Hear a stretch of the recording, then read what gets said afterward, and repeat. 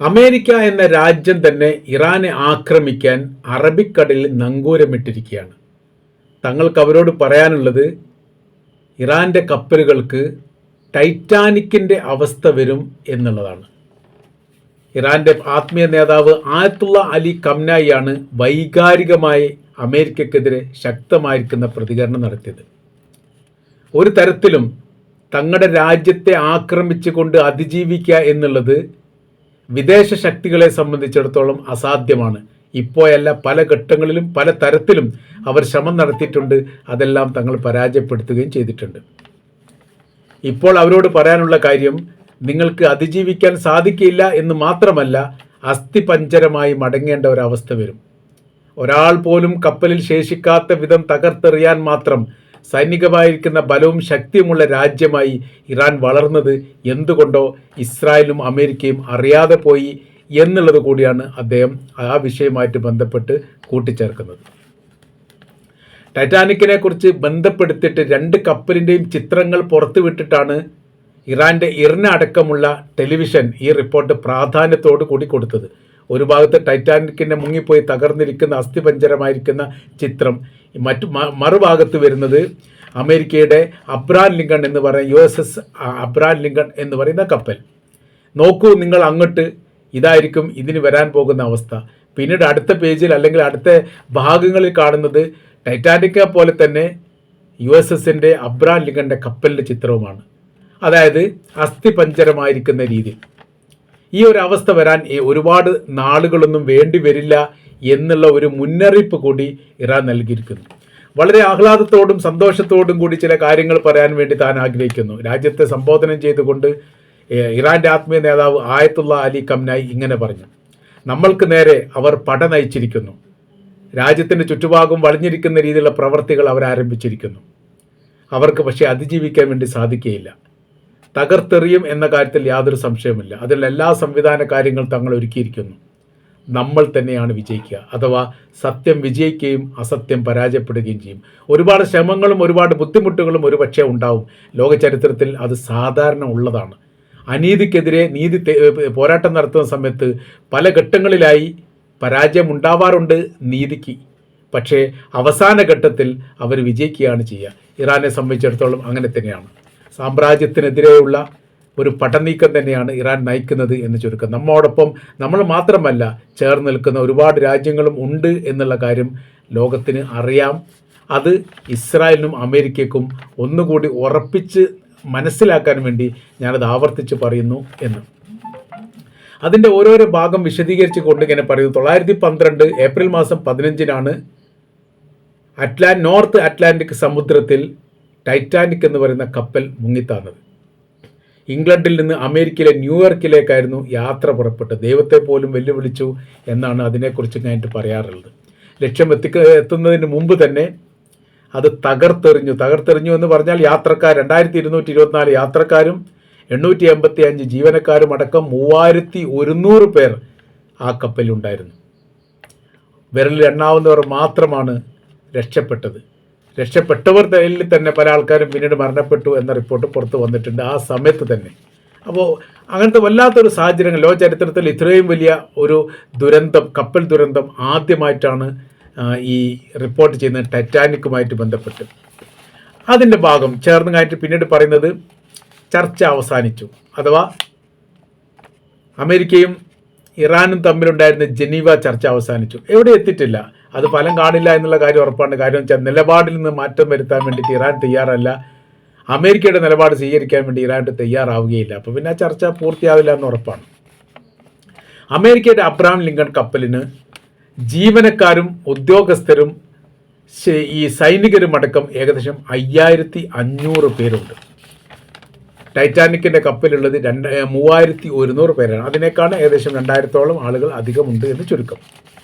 USS Gerald ആൾഫോർഡ് അതിൽ 4600 ജീവനക്കാർ, മൊത്തം ജീവനക്കാരെന്ന് പറയുന്നത് അതിലെ കപ്പൽ തൊഴിലാളികളും പിന്നീട് ഉദ്യോഗസ്ഥരും അതിന് പുറമെ ആയിട്ട് സൈനികരും അടക്കം മൊത്തം ടോട്ടൽ നോക്കുന്ന സമയത്ത് 4600 പേരാണ്. ഈ 2 ചിത്രങ്ങളും അതിൽ വരികയും ചെയ്തിട്ടുണ്ട്. ജെറാൾഡ് ഫോർഡിൻ്റെയും അബ്രഹാം ലിങ്കൻ്റെയും ചിത്രവും ടൈറ്റാനിക്കിൻ്റെ ചിത്രവും ഒരുമിച്ചാണ് വന്നത്. ഇതിനു പുറമെ സബ് മെറീനുകൾ ഇവർക്ക് സപ്പോർട്ട് ചെയ്തുകൊണ്ട് സഹായിക്കാൻ വേണ്ടി സബ് മെറീനുകൾ വേറെയുമുണ്ട്. പേർഷ്യൻ ഗൾഫിൽ, ഹോർമുസ് കടലിടുക്കിൽ, അറേബ്യൻ കടലിൽ, മെഡിറ്ററേനിയൻ കടലിടുക്കിൽ, ഇന്ത്യൻ മഹാസമുദ്രത്തിൽ വ്യത്യസ്ത സ്ഥലങ്ങളിലും വ്യത്യസ്ത മേഖലകളിലും ഈ കപ്പൽ നങ്കൂരമിട്ടിരിക്കുന്നു. അല്ലെങ്കിൽ ആ മേഖലയുമായിട്ട് ബന്ധപ്പെട്ട് അവരിങ്ങനെ സഞ്ചാരം തുടരുകയാണ്. എന്തൊക്കെയായിരിക്കും ഇറാൻ ഈ വിഷയവുമായിട്ട് ബന്ധപ്പെട്ട് പ്രതികരിക്കുക എന്നതും ആ ഭാഗത്തിൻ്റെ ആ റിപ്പോർട്ടിൻ്റെ ഭാഗത്ത് കൃത്യമായ രീതിയിൽ പരാമർശിക്കുന്നുണ്ട്. അതിൽ പറയുന്ന കാര്യം ഇങ്ങനെയാണ്: ഞങ്ങൾ ചേർന്നിരിക്കുന്നു, അഥവാ ലോകത്താകമാനമുള്ള ഷിയ മിലീഷ്യ വിഭാഗം ഐക്യപ്പെടണം എന്നുള്ള ഒരു സന്ദേശം ഇറാൻ്റെ പ്രസിഡൻ്റായിരിക്കുന്ന ഇബ്രാഹിം റൈസി മരണപ്പെട്ടതിന് ശേഷം മസൂദ് പെഷഷ്കിയാൻ അധികാരത്തിൽ വന്ന ആ കാലഘട്ടത്തിൽ തന്നെ ഉണ്ടായിട്ടുണ്ട്. പ്രോക്സി വിഭാഗങ്ങൾ ഏകോപിക്കുക എന്നുള്ളത്. അത് ലെബനാനിലുണ്ട്, യമനിലുണ്ട്, ഇറാഖിലുണ്ട്, സിറിയയിലുണ്ട്, ഫലസ്തീനിലുണ്ട്. അഥവാ ഇസ്രായേൽ എന്ന് പറയുന്ന ദേശത്തിൻ്റെ ചുറ്റുഭാഗം ഇവർ സംഘടിക്കുകയും ഏകോപിക്കുകയും ചെയ്തിരിക്കുന്നു. ഇനിയൊരു നിർദ്ദേശം മാത്രം കിട്ടിയാൽ മതി. അതായത് ഇറാൻ്റെ ഒരു നിർദ്ദേശം കിട്ടിക്കഴിഞ്ഞാൽ ആക്രമിക്കാൻ പാകത്തിലുള്ള സംവിധാനം ഈ മേഖല അവരുണ്ടാക്കിയിരിക്കുന്നു എന്ന് ചുരുക്കം. അവരുടെ കയ്യിൽ മിസൈലുകളുണ്ട്, യുദ്ധോപകരണവുമായിട്ട് ബന്ധപ്പെട്ട സംവിധാനങ്ങളുണ്ട്, സാമ്പത്തികപരമായിരിക്കുന്ന ആസ്തിയുണ്ട്, സൈനികപരമായിരിക്കുന്ന ബലമുണ്ട്, ഹൈപ്പർസോണിക് മിസൈൽ പോലെയുള്ള സംവിധാനങ്ങൾ ഇറാൻ നൽകുകയും ചെയ്തിട്ടുണ്ട്. ഇനി ആണവായുധങ്ങൾ ഉണ്ടോ എന്ന് മാത്രമേ സംശയിക്കാൻ ഉള്ളൂ എന്ന തരത്തിലാണ് ഇതിനെക്കുറിച്ചുള്ള വ്യാഖ്യാനങ്ങളും അഭിപ്രായങ്ങളും കമൻറ്റുകളൊക്കെ വന്നുകൊണ്ടിരിക്കുന്നത്. അപ്പോൾ ഈ വിഭാഗങ്ങൾ എന്ത് ചെയ്യുന്നുണ്ട്? ചേർത്ത് വെച്ചിട്ടുണ്ട്. അപ്പോൾ ഒരു വിഷയകാര്യങ്ങൾ ഉണ്ടാവുകയാണെങ്കിൽ ആദ്യം തന്നെ ഇസ്രായേൽ, അമേരിക്ക ഇറാനെ ആക്രമിക്കുന്ന ഒരു സ്ഥിതി ഉണ്ടായാൽ അപ്പം തന്നെ ഇറാൻ്റെ ഭാഗത്ത് തന്നെ ആയിരിക്കില്ല ആക്രമണം ഉണ്ടാവുക. വ്യത്യസ്ത മേഖലയുള്ള പ്രോക്സി വിഭാഗത്തിൻ്റെ ഒരേ സമയത്തുള്ള ശക്തമായിരിക്കുന്ന ആക്രമണ പരമ്പര ഈ അമേരിക്കയുടെ കപ്പൽ വ്യൂഹത്തെ കേന്ദ്രീകരിച്ച് ഉണ്ടാകും എന്നുള്ളത് യാഥാർത്ഥ്യമാണ്. മാത്രമല്ല അതിൻ്റെ പുറമെയായിട്ട് മൈൻ പോലെയുള്ള സംവിധാനം, അതായത് ഓട്ടോമാറ്റിക് റിമോട്ട് കൊണ്ട് പൊട്ടിത്തെറിപ്പിക്കാനുള്ള സംവിധാനമുള്ളത് കടലിൻ്റെ അടിഭാഗത്ത് പോലും ഇറാൻ പാകിയിട്ടുണ്ട് എന്നുള്ളതാണ്.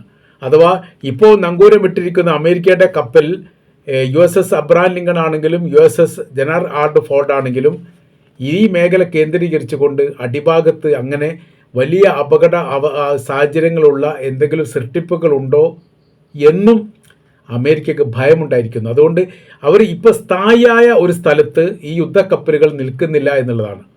ഒന്നുകിൽ ഓരോരോ ദിവസം കൂടുന്ന സമയത്ത് 10-100 കിലോമീറ്റർ മാറിയിട്ട് മറ്റൊരു ഭാഗത്തേക്ക് നങ്കൂരമിടുക അല്ലെങ്കിൽ നിർത്തുന്ന സ്ഥിതികൾ. പിറ്റേ ദിവസം അവിടെ നിന്ന് ഒരു 100-200 കിലോമീറ്റർ മാറിയിട്ട് തെക്ക് ഭാഗത്തോ വടക്ക് ഭാഗത്തോ ആക്കിയിട്ട് മാറി നിൽക്കുന്ന സ്ഥിതി. സ്ഥിരമായ രീതിയിൽ ഒരു മേഖല കേന്ദ്രീകരിച്ചുകൊണ്ട് നിർത്തുക എന്ന് പറയുന്നത് ഒരു പക്ഷേ അപകടം വിളിച്ചു വരുത്തുന്നതിന് തുല്യമാണ് എന്ന് അമേരിക്ക മനസ്സിലാക്കുന്നു.